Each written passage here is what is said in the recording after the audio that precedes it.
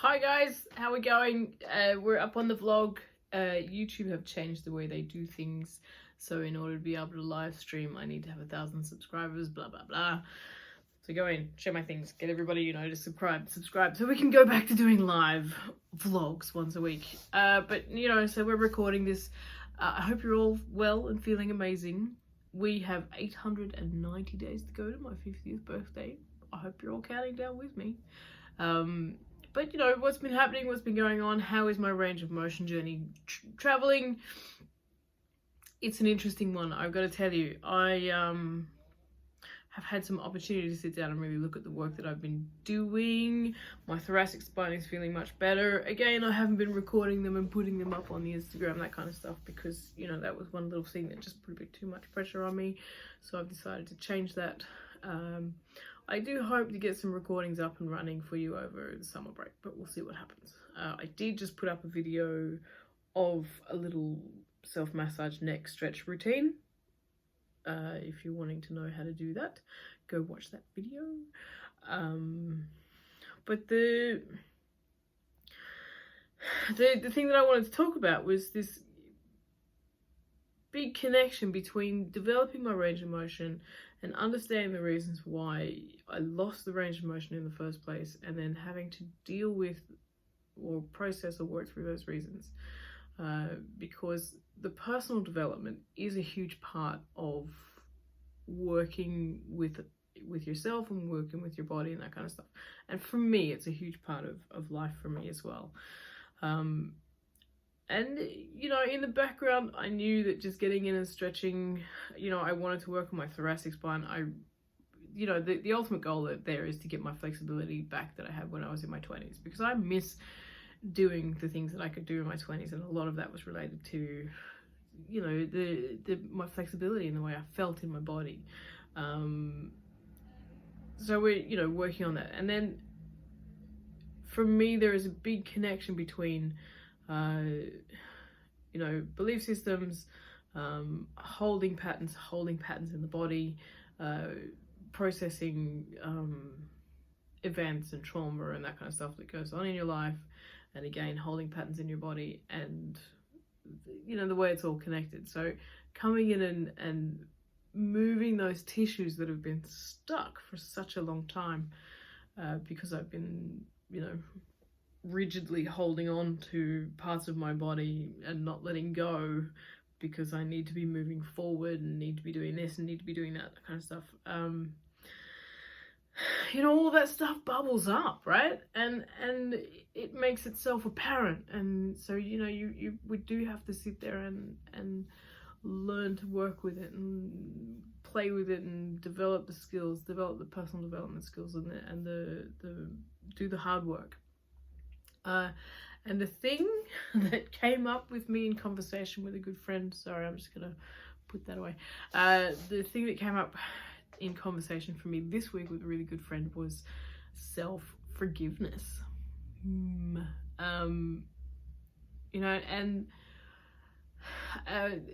What I needed to tease apart, and what this conversation was really good for, and in actual fact several other conversations I've had this week have been really good for this, which is people say it all the time. They're like, be good to yourself, forgive yourself, but how? What is the actual physical technique that goes into self-forgiveness? And I've had a fantastic opportunity in a workshop today that I was doing, which was, I'm going to pull it out here. There's this little processing routine that I wrote down, because I sort of, for me, this was actually in terms of trust, but forgiveness falls into trusting yourself and that kind of stuff. So, but it was awareness, acceptance, disidentification, and then the reframe. Okay, and I think we talked about this little this thing here, and it really hit home. It's like, okay, but this is a really good process for self-forgiveness, right? To become aware of the thing that I need to work through, to accept it, particularly when you're dealing with forgiveness, you're dealing with events that have happened in the past, right? So, it happened. whatever it was. It happened. It happened. It happened. You can't change it. So you just accept it. To disidentify it, which, you know, is a really big term. It's a funny word, but what you're talking about there is, you know, in this current, or, you know, from the moment it happens at this current moment in time when you're actually taking some time to be aware of it, it has a particular meaning, okay?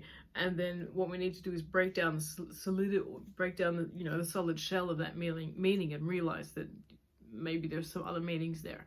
Because the next step there was the reframe, and you can't do a reframe whilst this particular event or thing or belief system has a hard, rigid shell around it where we just, you know, can't work through it. So the disidentification from me, if you think I'm wrong, please help me understand a different way, but for me was to just sit down and, you know, loosen that up, right? To loosen it up and just sit there and go, oh, maybe this could mean something else. Maybe this could be viewed differently from a different angle. Maybe, you know, make it softer. And that's when we can come in with the reframe. That's when we can come in with, you know, if I'm being too hard on myself and not forgiving myself for something, you know, when it comes back to self-forgiveness, a reframe is merely being able to sit down and go, this happened. For many years it's meant this, but here's all the other things it can mean. Let's look at it from a different angle. It no longer means what it used to mean. I forgive you. Thank you for taking the time to do that for me. You know, and that's a conversation I can have with myself. And then I can go in and do some more stretching and some more movement work and some more sitting in my body and some more meditation, you know, because it's not just about getting in and doing the physical stretch, right? It is also about getting in and feeling the body, allowing the body to stretch, allowing, again, getting back to this softness word, allowing the rigid parts of us to soften a bit so we can get in and look at why we're holding it, the awareness, look at why we're holding it, what it is that we're holding on to. Can we soften that rigid surface around it? Can we look at it differently? Can we move through it? Can we move beyond it? Can we let it go? Okay. Whew. So that's what's been going on in my head this week. I hope that has been helpful for you guys.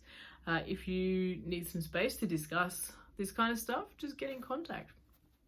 Otherwise, give us a thumbs up on the video, share the stuff, because that helps me.